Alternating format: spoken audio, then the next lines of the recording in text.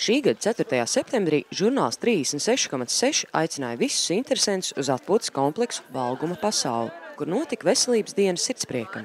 Kā izrādās, sirds veselība ir aktuāls temats daudziem, jo par spīti lietainajam laikam uz pasākumu bija sapulcējušies vairāk kā 200 dalībnieku no visas Latvijas. Dienas gaitā, strādājot 4 dažādās darba grupās, bija iespēja gan izkustēties, gan uzzināt daudz ko jaunu par tēmām, kas saistīts ar sirds veselību. Šodien mums bija īpaši nozīmīga un svarīga, manuprāt, nodarbība par lietām, kas liekas pašsaprotamas, bet beigās ir grūti īstenojams dzīvē par pareizēšanu. Un pareizēšanu attiecībā uz sirds veselību. Tā ir svarīga lieta, jo mēs ļoti daudz ko varam darīt savas veselības labā, lai pirmkārt izvairītos no slimībām, vai arī tad, kad viņas ir, noteikti uzlabot visu gaitu un ārstēšanu.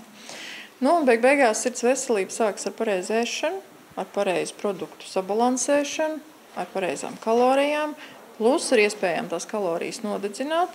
Un arī šeit ir runa par pārtikas produktu kvalitāti un veidu, kā mēs izvēlamies produktus un kā mēs viņus sagatavojam. Faktiski īpaši liela likuma tajā visā nav, bet ļoti gribētos, lai latviešu cilvēks palielinātu savā diētā zivju daudzumu, kas šobrīd izrādījās aptaujājot arī skatītājus un klausītājus, ir no 0 līdz 1 porcijai zivju nedēļā, kas ir īpaši maz. Otra lieta – gatavi un labas kvalitātes dārzeņu augļi, kas arī mūsu diētā figurē ļoti maz. Un arī būtu vēlams pievērsties gatavošanai mājās, lai nebūtu pusfabrikātu, kas ir bagāti ar sāli, kas ir bagāti ar transtaugskābēm un nepareizajām eļļām un taukiem. Priekšūt labā kāja, bet labā mēģi. Jo vairāk domā, jo muļķīgāks. Tur mēs mēģinām apgūt pamatelementus, kā nojot ir veselībai labvēlīgi.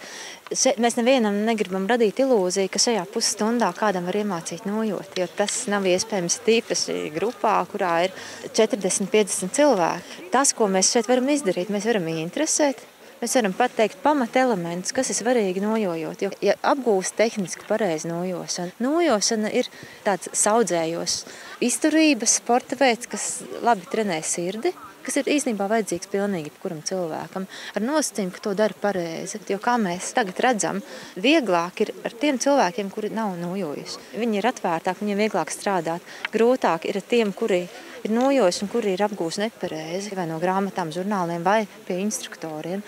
Un tad mēs mēģinām parādīt, kuras tomēr ir tās pamatkustības, un tas ir viss, ko mēs vienās 40 minūtēs varam izdarīt. Bet man ir cerība, ka vismaz kāds no tiem āķīšiem un noslēpumiem, kas ir svarīgi veselīgai nojošanai, tomēr paliks prātā.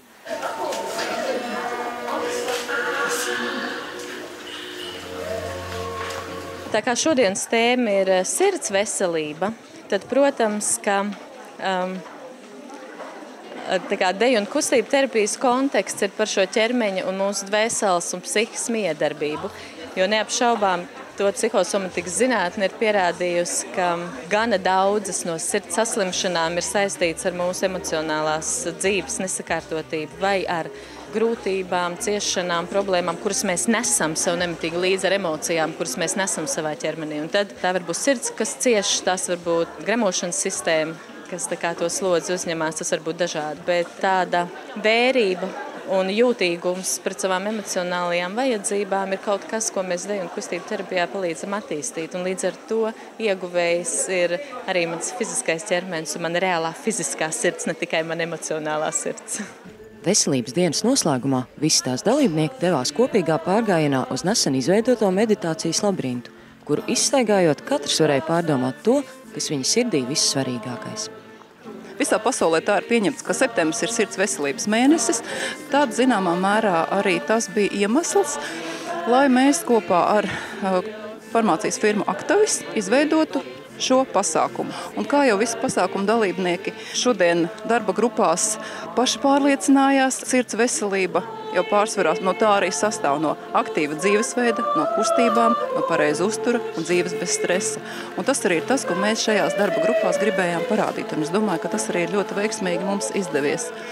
Ļoti patika nodarbības ar dejām, improvizētajām.